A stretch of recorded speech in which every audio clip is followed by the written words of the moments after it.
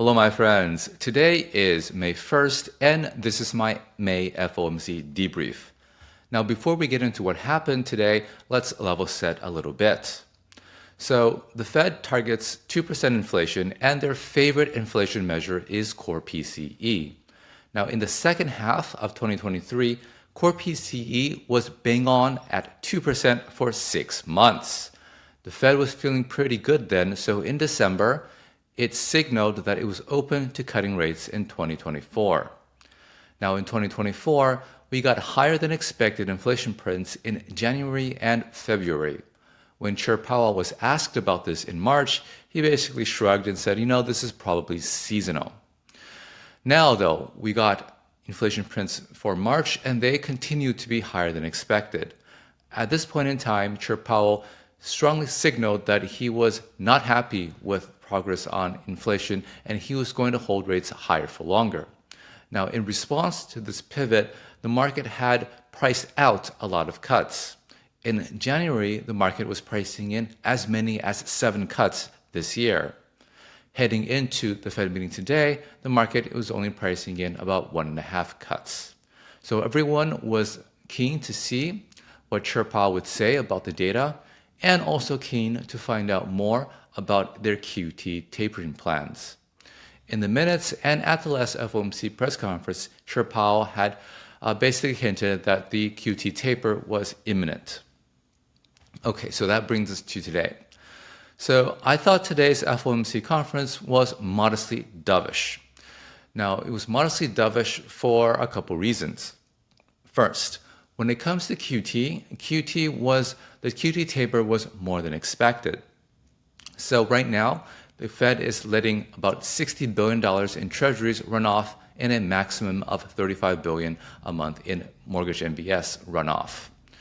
So everyone knows that they're not going to do anything with mortgages. That's really nothing to think about. What everyone was expecting, though, was for the $60 billion a month in treasury runoff to be cut in half to $30 billion a month. But instead, the Fed basically surprised everyone and cut runoff to $25 billion a month.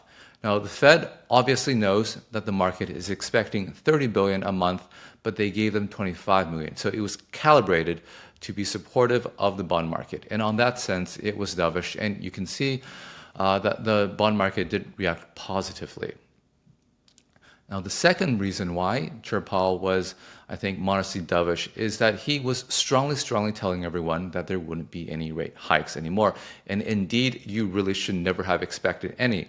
But it seems from the press conference, there were many reporters asking Chair Powell in many different ways whether or not he would hike rates again. Now, Chair Powell, being a central banker, let's listen to what he said. So I think it's unlikely that the next policy rate move will be a hike. I'd say it's unlikely. Our policy focus is really what I just mentioned, which is how long to keep policy restrictive. Again, this is Chair Powell being as strongly as he can be, telling everyone that rate hikes are just not in the cards. Indeed, if you just step back and think about it, it should be obvious. So right now, inflation looks like it's about at 2.7%. Interest rates are about at 5.5%.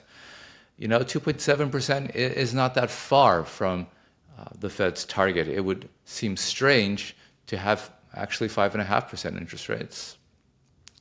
Now, if the Fed is not going to hike anymore, the next thing that everyone wants to know is when are they going to cut rates? So first off, we know that as Chair Powell has said, they are not happy with progress on inflation. So if they guided towards 3 cuts this year, now it's probably going to be less, maybe 2, maybe 1. Now, Chair Powell told you his reaction function today. He says, let's listen to what he says. I think there's also other paths that the economy could take, which would cause us to want to consider rate cuts. And those would be, two of those paths would be that we do gain greater confidence, as we've said, if that inflation is moving sustainably down to 2%. And another path could be, an unexpected weakening in the labor market, for example. So those are paths in which you could see us cutting rates. So I think it really will depend on the data. Okay, basically, if you want rate cuts, there's one of two ways you can get it. First, you can have inflation basically come down, more and more progress on inflation towards the 2% target. The other way you can get rate cuts is if unemployment rises. As we all know, the Fed has two mandates: full employment and price stability. Right now, the unemployment rate is around multi-decade lows. But if there are surprises to the upside of that, if we have a sudden or surprising deterioration in the labor market, then that would also prompt monetary easing. Now, we don't get our latest employment data until Friday, but over the past few months, the employment data has been stronger than expected, in large part because there's been tremendous amounts of migration into the US, and that's adding to the labor supply, and that's boosting job growth. But also note, though, that if hiring weakens and labor supply continues to increase, which it looks like it's going to, then the unemployment rate could also rise faster than expected.